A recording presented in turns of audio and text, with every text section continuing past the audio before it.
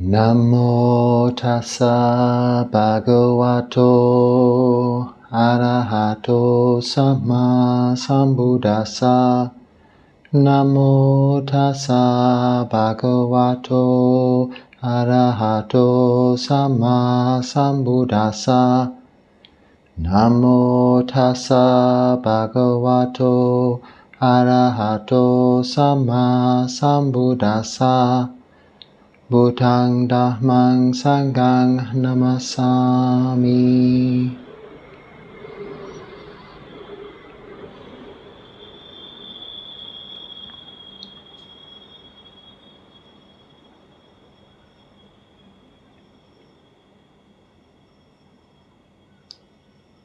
Control. We like to feel we are in control, that we can determine an outcome. And this we apply to both our external environment, the circumstances we find ourselves in, as well as our internal well-being, our physical health, our mental health, and all we attribute to that we call self, that we believe is us, that we think is us. And as you probably know, Sakkaya Ditthi, this personality view, this thought that what we are, our circumstances, our attainments, our identity, so nationality, age, gender,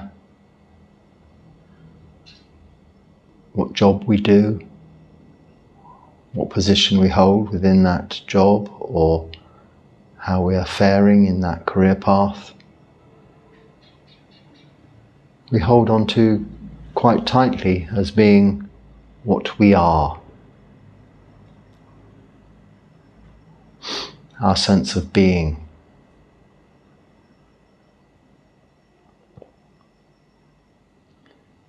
And we are educated from an early age to continually work to strive and improve that we appear to be and that we think we are, in the form of, firstly, education, mental development, and some are more sport orientated, so physical development.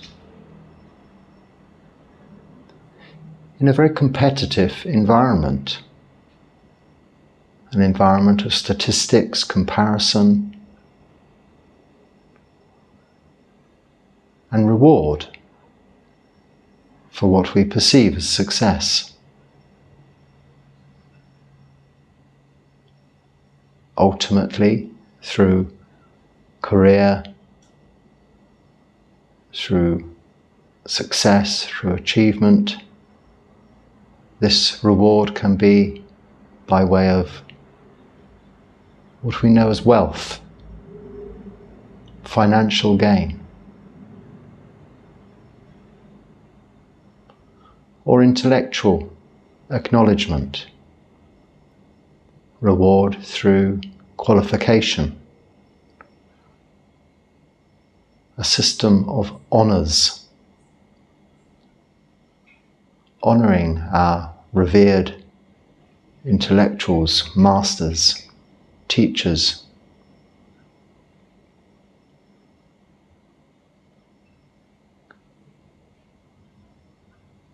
This is society. This is the worldly life.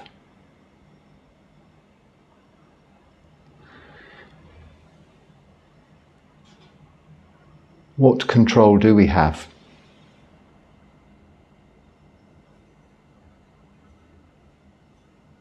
Actually, none whatsoever. Neither of our physical bodies or of our thinking minds,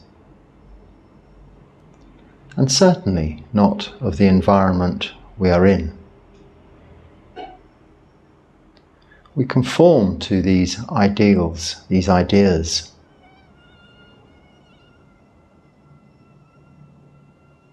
We look to our peers for recognition, but encouragement, sometimes an example. And we hold in high esteem those that we admire and wish to be like. Be like for what we see as their success, their achievements, represented in intellectually acknowledged achievement or financial gain, wealth.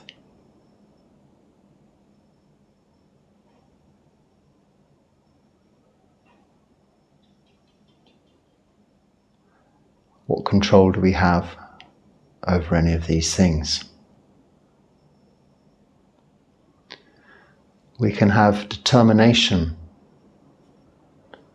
to work hard, diligently in our studies, in our businesses, or work hard training our bodies as we do our minds for physical fitness and for mental well-being. But ultimately, where is the control?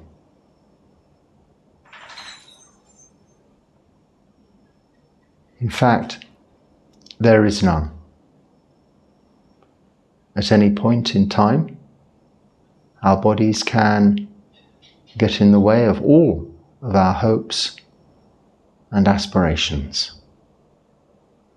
One simple diagnosis, a few words from the physician can stop us in our tracks.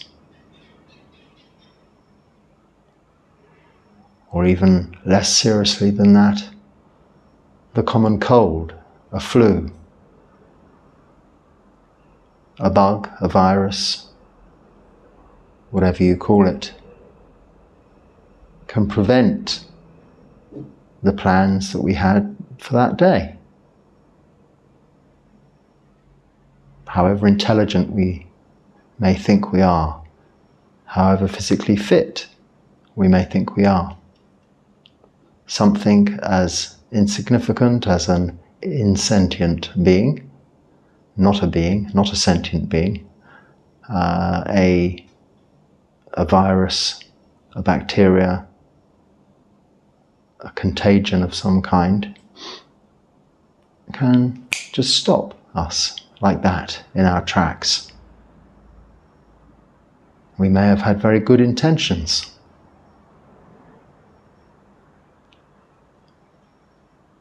but they come to an end just like that. And when we recover, we get back on the treadmill, striving diligently towards our goals, towards our aims, at what we set out to achieve in the first place.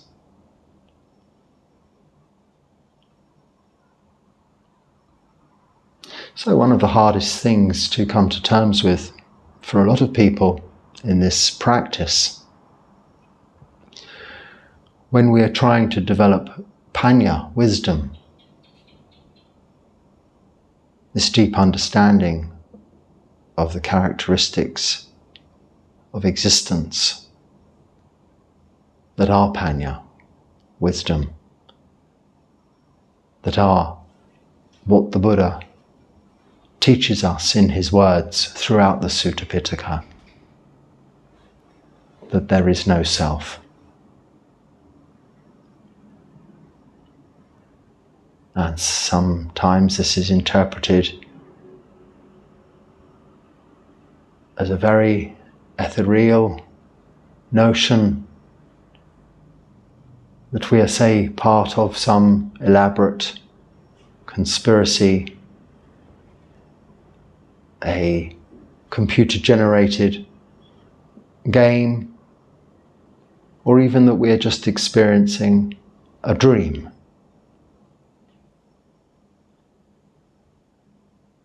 But the reality is we are still these physical bodies and these thinking brains. And the Buddha teaches us that we are very much just that. These physical bodies made up of 4 elements in their construction, commonly earth, water, wind and fire, but thought of more inclusively, one can say solidity, liquidity, gaseousness, or gas or air, and temperature, be it hot, be it cold, are representative of, in the Pali language, dhatu, these 4 elements that make up all conditioned things of a physical nature, including these bodies. And one can think about these bodies. It has its solid elements. We can feel so very readily, as well as the liquid, air, and of course our temperature. This is what makes up this rupa, body aspect of our being. Now, this is not a dream. We can pinch ourselves, we don't wake up, we feel. A line in a song, I hurt myself today to see if I could still feel. Who is that? Johnny Cash or someone like that? I think that's the wrong name, I'm not sure.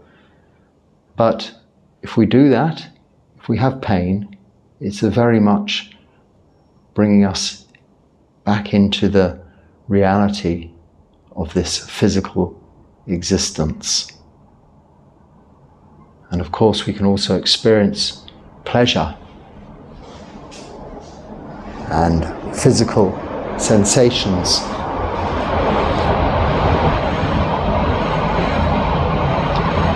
through these bodies of ours,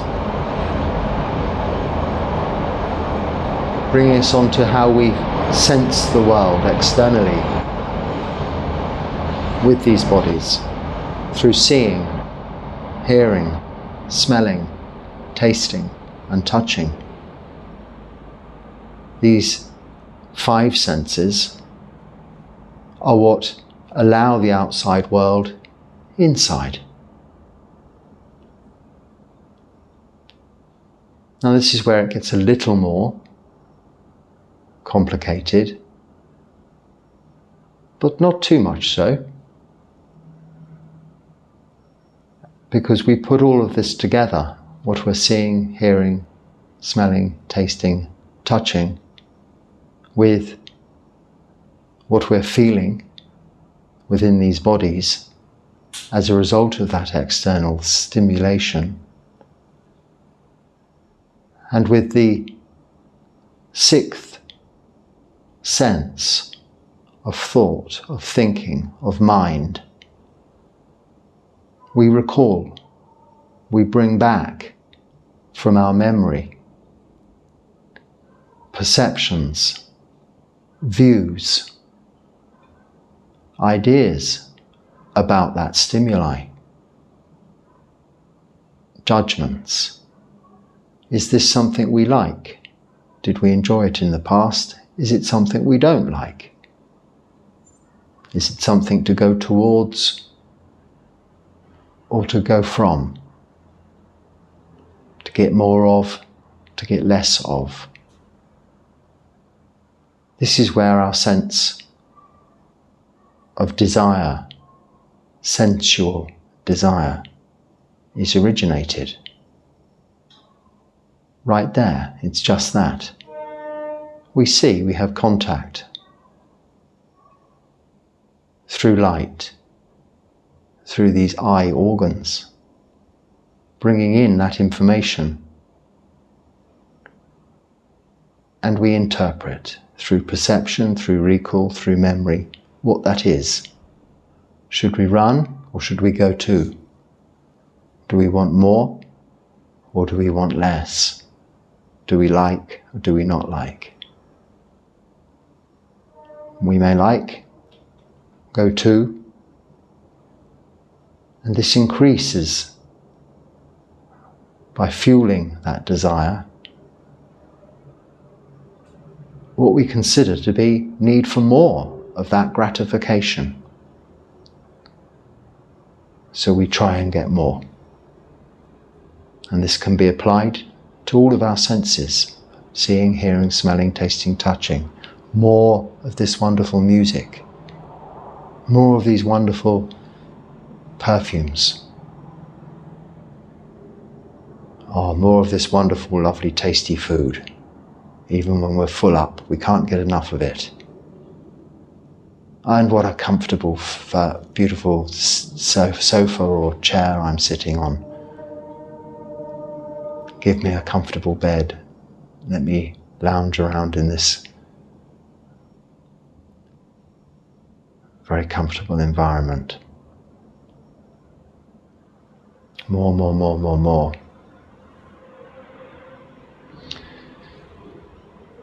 In a way, rewarding us with a sense of achievement, of gratification. This is where ignorance is born. This is actually rebirth within this lifetime. Through that initial contact and that recall, recollection, that this is something nice. We want more. But this is born through avijja, ignorance, delusion. And we have three root defilements: greed, hatred, delusion. So really liking, really not liking, and ignorance. And what is the cause of all of this suffering the Buddha speaks of in the Four Noble Truths? There is suffering, a cause of suffering, an end of suffering, and a path leading to the end of suffering. Is ignorance. This is the cause of our suffering. Ignorance that leads us through greed to try and satisfy insatiable desires, or through hatred to try and get away from what we don't like. But when we understand the three characteristics of existence, anicca, impermanence, all conditioned things including thoughts, perceptions, memories, are changing, are impermanent. Excuse me. All things are unsatisfactory. Dukkha, we translate as suffering. More a sense of unsatisfactoriness, off kilter, not quite right. And anatta, not self. More outside of our control is a better way to understand that. Because even our perceptions change. What we really enjoyed, what we liked as a child, say playing with your toys, may not be what you like, what you really enjoy now as an adult.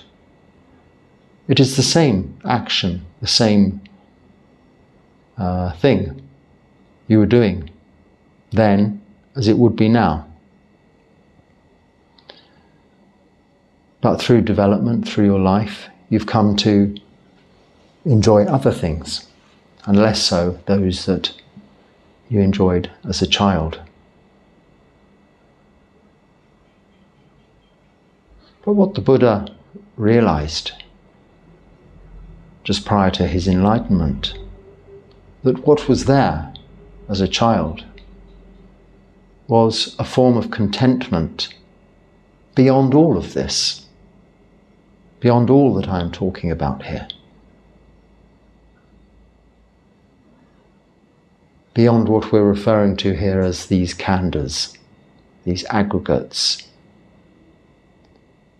these tangible objects we make up ourselves from. Those of these elements forming this body, our perceptions through contact, through the sense doors of seeing, hearing, smelling, tasting, touching, through our thinking minds with recall, recollection, comparison, judgment. All of these that go to make up what we consider to be this persona, this personality. We take a view on, personality view, that this is what we are. I am this monk sitting here in this room,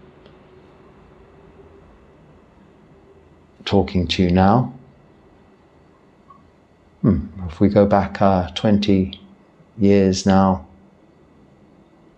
this would have been way out of my realms of imagination that I would be doing this. And those that knew me then wouldn't have even been able to have hazarded a guess as to this is what I'd be doing now.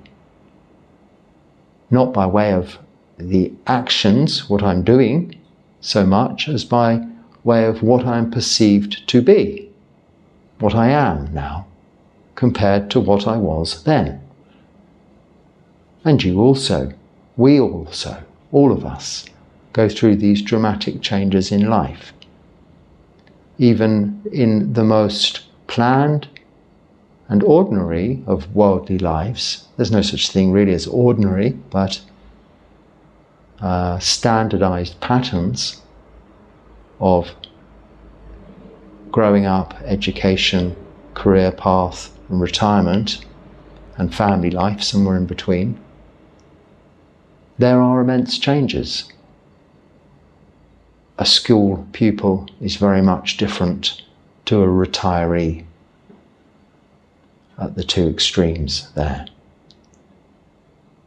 But what the Buddha saw prior to his enlightenment, in his recollection, through meditation, watching the breath, was a commonality throughout this stream of life, throughout this flow of moments. And that was a contentment he felt. and enjoyed for a moment in his childhood, sitting under the apple blossom tree, watching his father in some festival, ploughing competition or something like this. A nice day, enjoying the breath as he breathed in and the breath as he breathed out, without thinking this was meditation, without thinking of any form of attainment he was trying to achieve. Just a sense momentarily of contentment, which wasn't the result particularly of anything he was seeing, hearing, smelling, tasting, touching, but simply the result of sitting, doing nothing, and in that sense, not trying, just letting go, not needing to have any real control, not having a what next or an expectation, but for a glimpse, for a moment, just contentment. In this he saw the end of suffering.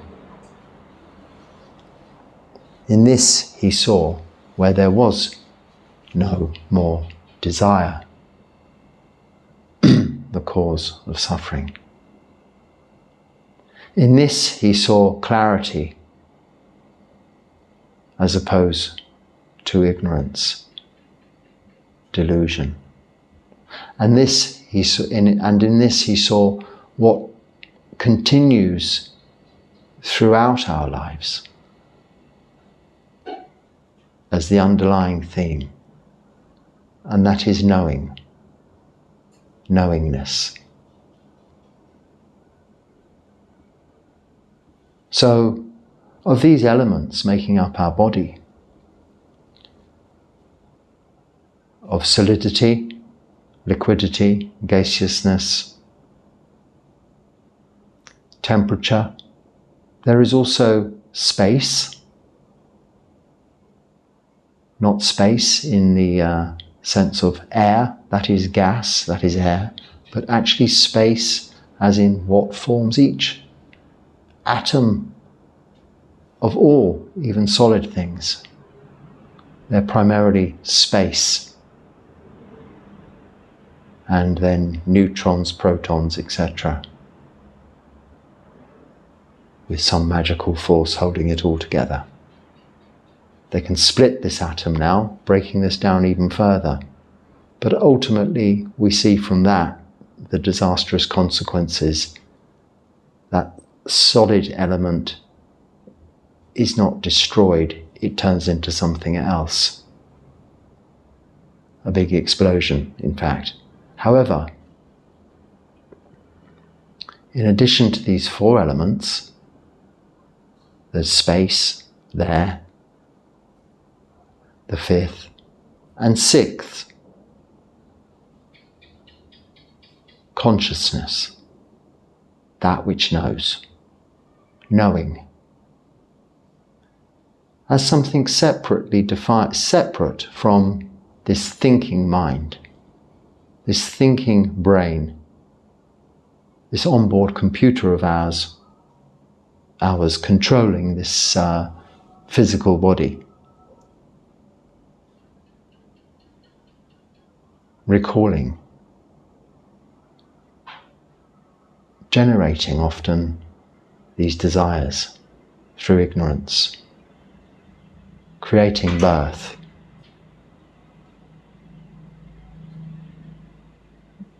Ignorance is the cause, but not ignorance on a non-intellectual level. Ignorance as in the very straightforward and basic level of not understanding anicca, dukkha, anatta.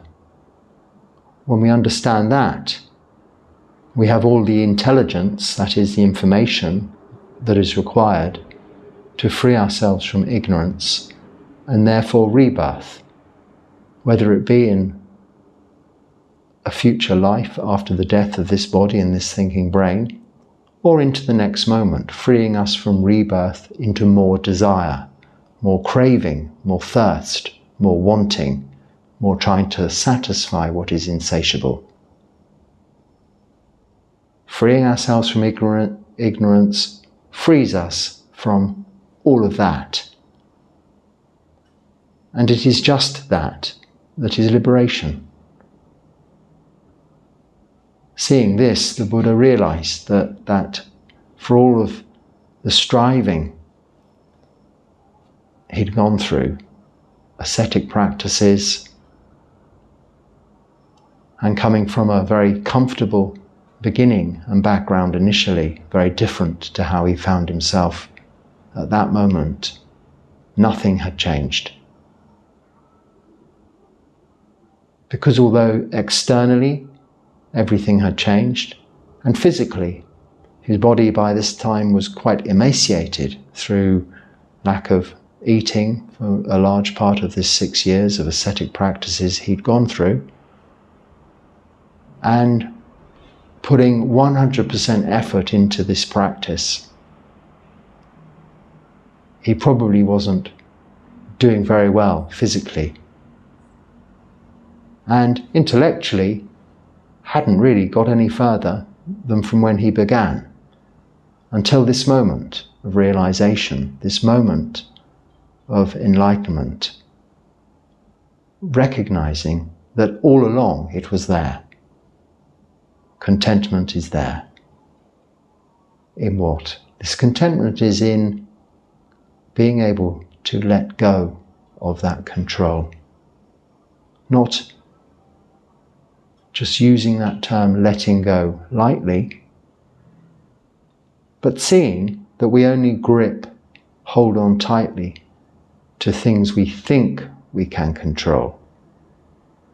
Think through ignorance, avijja. Because of course, we can't. Everything is impermanent, unsatisfactory, and not within our control. So whatever our plans may be, however physically fit our bodies may be, and intellectually superior we may consider our minds to be, a little earthquake somewhere out there in an ocean can create a tsunami on shore to wipe out you and most of the people around you, just like that. Even if you survive that, your environment that surrounds you is gone. Now, where do your qualifications lead you then? How useful are they then? But what has remained the same is that constant of knowingness.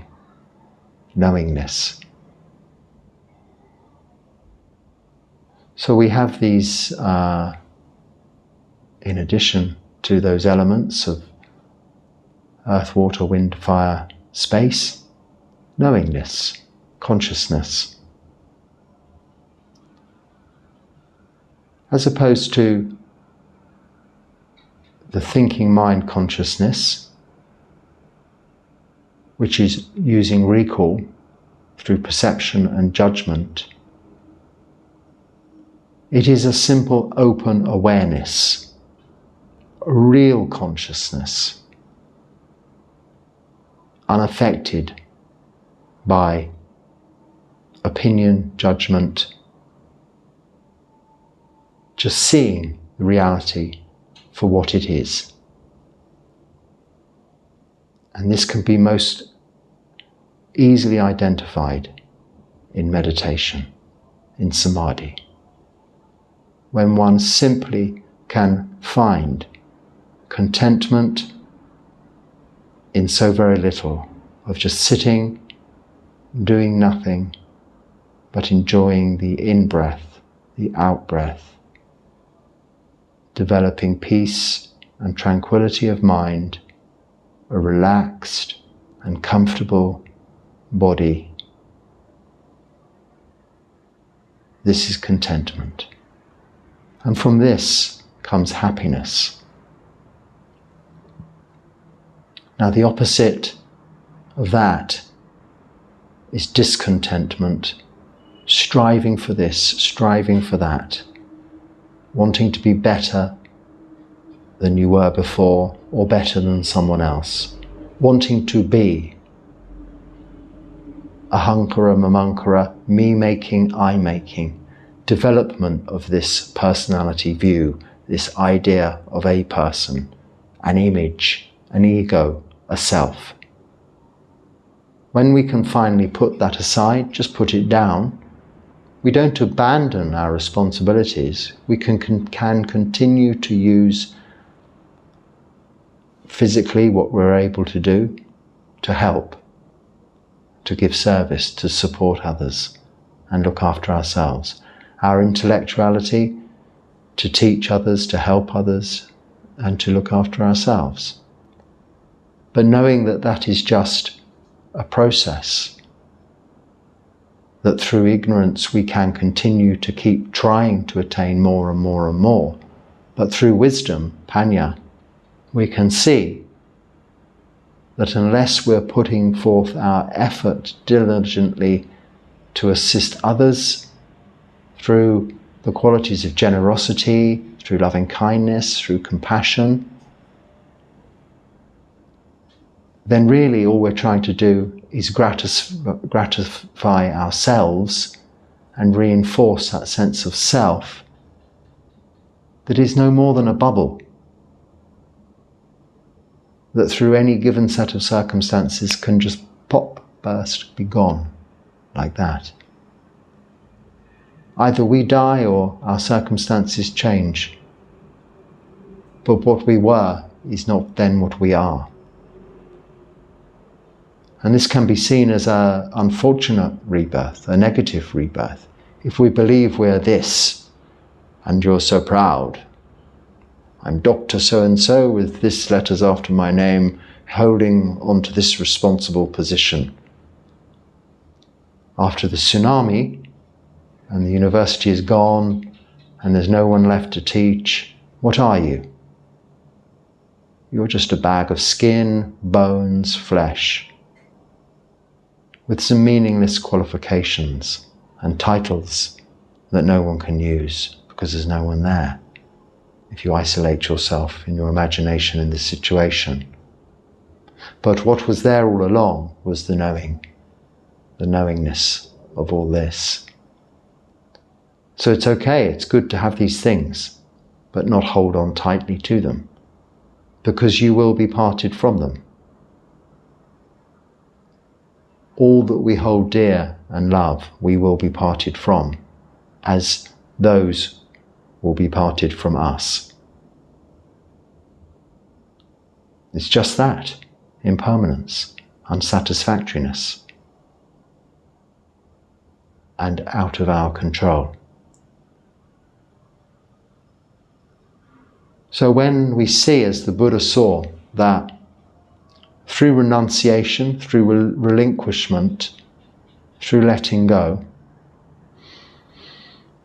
we can simply be as it is, as opposed to wanting to be. We can simply have contentment, as opposed to striving. And we can find that peace and that tranquility, calmness, contentment, and happiness in just that. In very little. In simply sitting and enjoying meditation.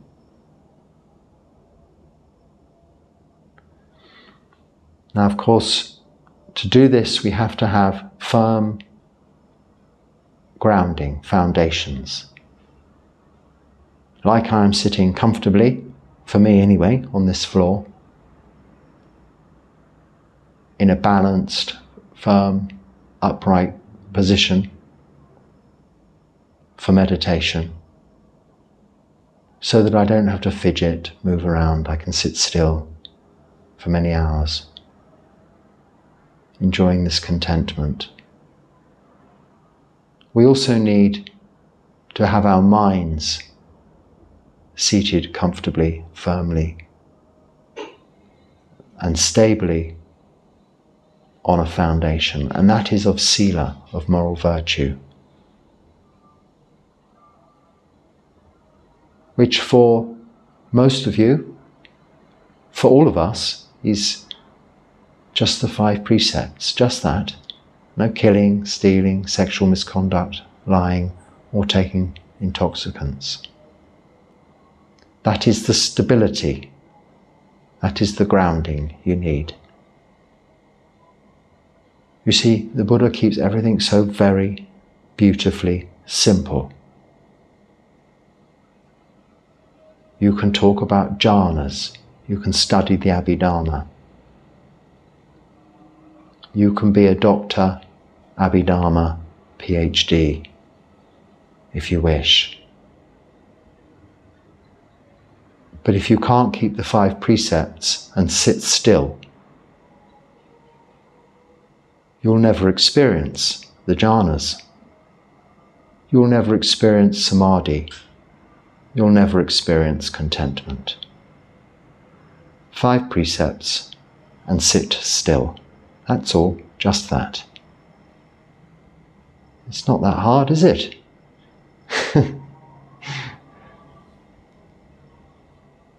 No qualifications required. But what is difficult sometimes is letting go of our sense, through ignorance, of control. What next? And what are we expecting? Wanting to control this next moment coming up. If it's too hot, making sure you have something cool. If it's too cold, making sure you have something warm. If it's too noisy, finding somewhere quiet. That is wanting to be something different than it is. That is rebirth. But that is rebirth into an unfortunate place, because you can never be satisfied with that. Why? Because that is based on ignorance generated through desire. If you are able to renounce, give up, let go, and the extreme version of that is through the monastic path, through ordination, when you let go of everything you held dear previously in worldly life to go forth into homelessness with just some simple basic requisites of food, shelter, clothing, medicine, of the very simplest form possible, and nothing more than that. You can appreciate then this knowingness in its raw, unfettered environment, and you can really enjoy it. Enjoy true contentment. And in worldly life, in lay life, you can also do this through the time you set aside for practice, through meditation. If you're keeping the precepts, and you're able to find a little time at the beginning of the day, at the end of the day, and any opportunity you get in between, to just sit still for a moment and watch the breath, watch breathing. It's good enough. If it was good enough for the Buddha, it's good enough for you.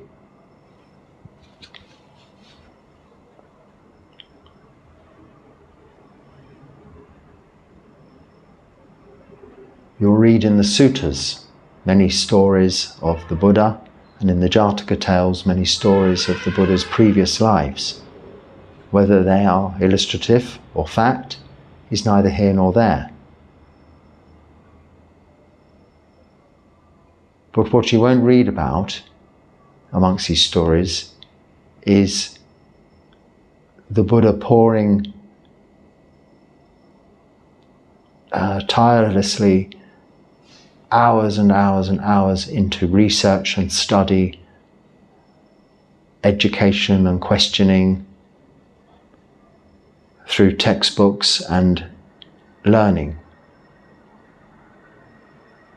In fact, he didn't even really, apart from through necessity, go travelling all over the world or throughout the universe to find answers as a seeker. He travelled a little at first, but eventually he found the answers just sitting still, going nowhere, just stopping and letting go. And we can all do this in lay life, or if you really want to let go of control, you can become a monk or a nun. And the hardest thing about that is not the becoming, because you're not becoming anything, but it is the letting go of what you thought you were. Walking away from that you considered to be yourself into really what is a non-self, just another homeless mendicant, beggar, another monk, another nun, with no real identity or even knowledge of who you feel you are yourself, because you are just that, this body of elements, this thinking brain controlling all of that, and this knowingness. It is then that you are free as a monk or a nun to just explore this knowingness, this conscious awareness, and find the true contentment. And as a lay person, also through this practice, through samadhi, developing absorption, attaining to jhanas, you will also experience the same. To some extent, if you're comfortably off in life, you have your needs met, you can renounce a lot of what you think you need because it's just things you want, and free up a lot of time as a result of that, because you can free up a lot of your financial resources as a result of renunciation, allowing you to work less, earn less money, but have more time to enjoy what you do have, and all that you will have. Because even if we live to a very great age into retirement, ultimately we leave with nothing, and we have nothing, even with all of our physical health and mental faculties. There is only so much we can do within this life. We cannot satiate those insatiable desires, but we can find contentment in that knowingness, that simple acceptance, letting go of what is there, what was always there, present. From our birth, as a result of ignorance, whether it was our physical birth into this lifetime or into where we are now from previous moments leading up to that. Everything is through cause and effect. Everything is karma vipaka, the results of our actions of body, speech and mind. So everything we're doing in this present moment, all of our acts of body, speech and mind, governed by sila, by moral virtue, will ensure the next moment will be good. But if we cannot uphold moral virtue, sila, in our acts of body, speech and mind, then rebirth into this next moment or into a future life will be of an unfortunate nature. So we let go. It is difficult because we've been trained from the beginning to be in control, to have control. But when we know through wisdom that we have no control, we can let go of that and just be as it is rather than trying to be. So I can hear the chanting starting in the background, which is making me think I might have spoken into my puja chanting time. I hope there's something useful there for you. If not, just let it go with all the other things. Otherwise, please incorporate this into your daily activities and your practice. Enjoy your practice. This is what motivates us to continue with practice and meditation, by enjoying it. And share what you enjoy with others. Thank you for watching. Be happy and stay well. Sukhi Hotu.